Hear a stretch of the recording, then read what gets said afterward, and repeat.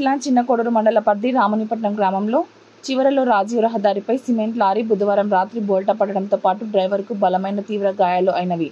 పూర్తి వివరాలు తెలియాల్సి ఉంది.